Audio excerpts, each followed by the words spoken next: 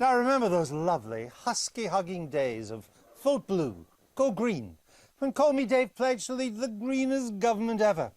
Well, 3 years later, with plummeting living standards, it's a long time in politics, and under pressure to cut energy bills, the PM now talks of rolling back the green charges he claims are pushing up our energy costs, but which he campaigned for, voted for, and even introduced some of them. So we're now for the green agenda. We turn to Prince Charles's environmental advisor, Jonathan Porritt. This is his take of the week.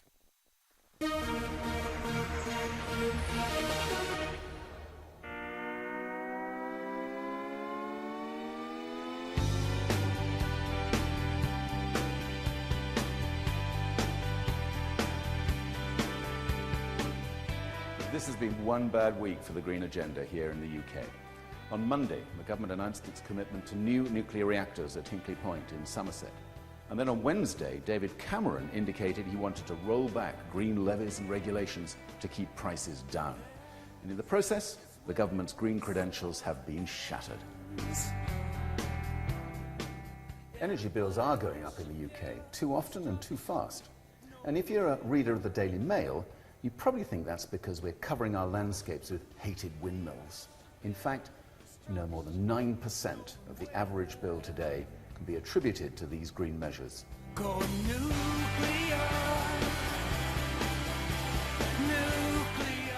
When it comes to nuclear power, this is a wretchedly bad deal, both for the country and for consumers. We still don't know what we're going to do with the nuclear waste. We know that nuclear freezes out all the alternatives like renewables and energy efficiency. And we know that nuclear is unbelievably expensive. Ministers on Monday casually acknowledged that Hinkley Point is now going to cost us £16 billion. That's gone up 14% in just 1 year.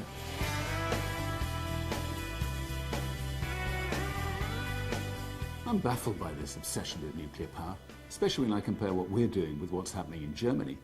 There they've decided to phase out nuclear power and rely instead on solar, wind, biomass, on smart grids, electric vehicles, storage technologies, all the ways of building the green economy that we should be doing here in the UK too.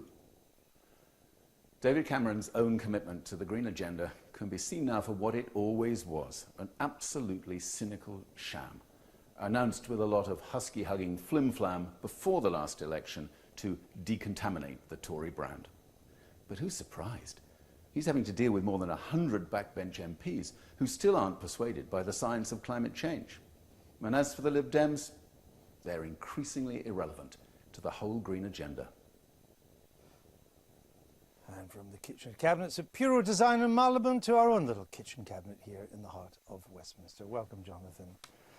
Michael, Jonathan's right, isn't it? The David Cameron, the hugger husky, vote blue, go green shtick, it was just PR flim-flam, wasn't it? It was part of a decontaminate the Tory brand. It wasn't a real commitment. It was a very important part of decontaminating the brand because it made people think, look, if the Tories have changed their minds on this, then they are a new Tory party and they're worth looking at again.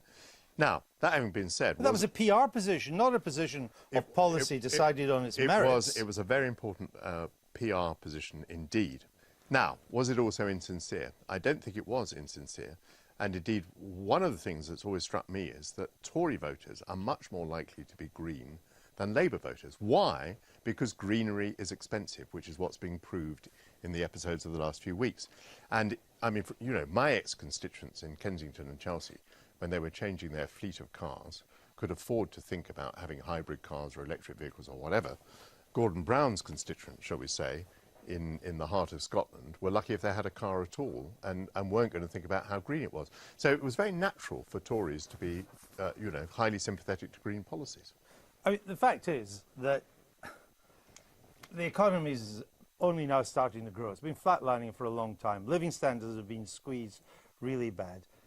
People care more now about their fuel bills than they do about your green agenda.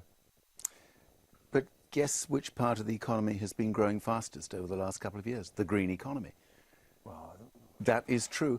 And when Michael says... But yes. with all those subsidies, it should have grown the fastest. And when Michael says you can only do green if you can afford it, that again completely misrepresents what a huge part of the green agenda about, which is improving people's quality of life by improving their homes, by doing proper investment in energy efficiency, by creating new jobs for people.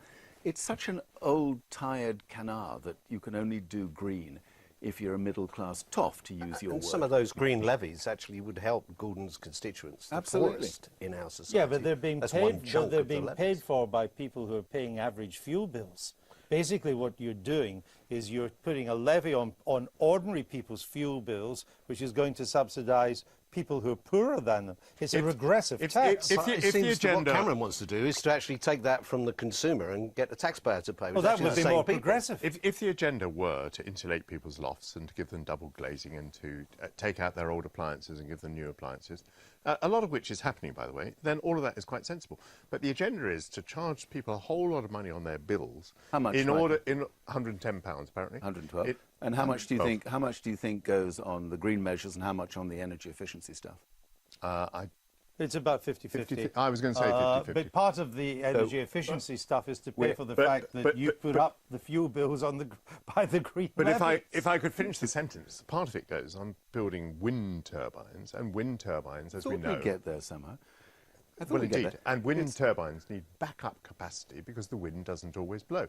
So it is a very expensive thing to do. You may think it's the right thing to do, but it is undeniably very, very expensive because you've got to double provide the Jonathan, You don't. capacity. Well, that's just one of those Daily Mail fictions that you do need to disabuse yourself of, Michael. You do not need backup The capacity. wind for blows all the power. time, does it? No, of course not. But when you've got a grid system, I'm not sure whether this has occurred to you, when you've got a grid system and the wind is blowing some of the time and the sun is shining some of the time, you can balance the grid in order to use that intermittent source of energy when you want it. Well, how are you How do storing you it? think? How are you storing it? you think Germany is managing to provide nearly 25% of its electricity from renewables? Well, that's easy because 52% of German electricity is generated by coal.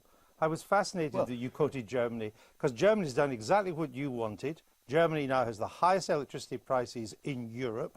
300,000. No, not true. Oh, yes, it does. 300,000 households a year in Germany are cut off of power because they can't afford the bill. Germany's building new coal-fired stations, and its CO2 emissions are rising. Its CO2 emissions are temporarily up from where they were 2 years Well, they've ago. risen for the past 2 years. I call that rising.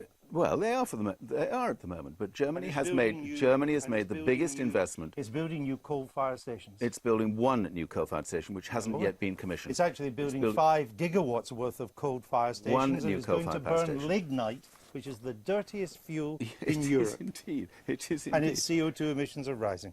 But that's the argument, is where I don't agree with Jonathan on nuclear energy, and I think Michael's right about baseload, and nuclear energy could provide that.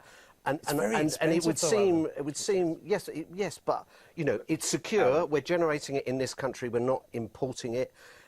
When I looked at this, and obviously when the Lib Dems, who have done 2 conversions here on student fees and on the nuclear, when even Chris Huhn looked at this in detail, actually nuclear has to be part of the mix if you want to reduce CO2 emissions and have. Jonathan, isn't it The cost- suspicious that the energy price of the security. nuclear went up by 2 billion and they've not even started building it yet? Exactly, in 1 year. I mean, the cost of this is off the scale, Alan, and it's impossible that we can actually put that amount of extra cost on bills when consumers are already feeling very hard pressed by this. But again, the Nuclear- reason is the green agenda. The reason that we are going into this very expensive nuclear power is that we have taken a decision to close down our coal-fired and our oil-fired power stations. Now, what we've been doing is we've been closing down the plant much faster than we've been opening the plant. And so, of course, we find ourselves in a position where, having ruled out the cheaper options, we have to go for the more expensive option. And, of course, we're now negotiating in a hurry. So, of course, the energy companies have a gun to our head. And why do you think we're doing that, you see? You've not Because- you've mentioned because we've been climate change. closing down the- You've not the- mentioned the climate stations. change so far, and you're probably one of those Tories that find it very difficult to accommodate the reality of climate change. The truth is every country in the world is going to have to deal with climate change. That means you have to decarbonise your grid. That means you have to get rid of coal. If you think that coal is the answer to the you UK's problem, and clearly I've not said that. I've just pointed out that your beloved then Germany all you're doing, is building coal stations. But you shouldn't be Michael, complaining because that's exactly what the government has accepted your green agenda. It's now, I agree, rowing back on it. But it's precisely because the government has accepted your green agenda that they're now paying 16 billion for But a let me nuclear bring power you back to station. the politics, Alan, of this. You see, Mr. Miliband's price freeze was very good politics, and it's been a popular move. Phenom Laura. But putting aside the rights of the justice, I don't comment on the economics of a price Right. freeze.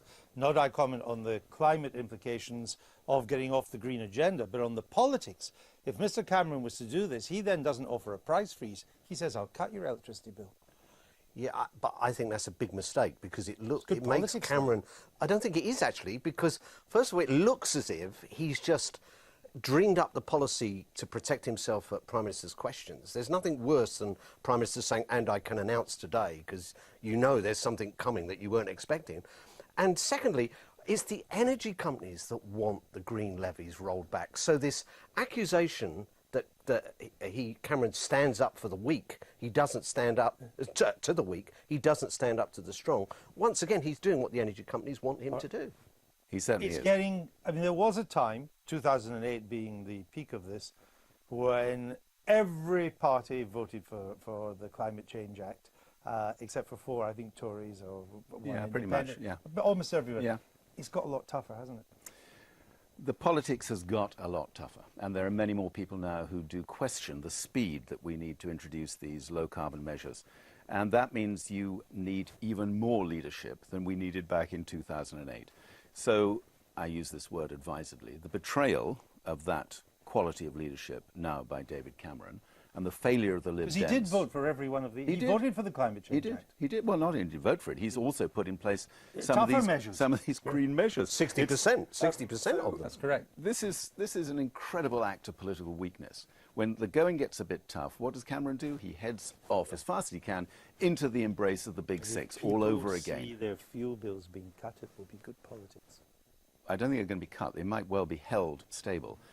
And That would be good I do politics. agree with Alan here. That, I think, is a short-term measure which doesn't take into account the need to balance all these different objectives: energy security, low-carbon fuel poverty, the need to have an energy system that really delivers for people. And that means a different tariffing system so that you can look after the needs of the less well-off by a different tariff approach and simultaneously do increased security and low-carbon. I have a feeling this isn't going to come away, so you better come Probably back. not. Jonathan Porter, thank you. Thanks. Now, it may be late, it is late, but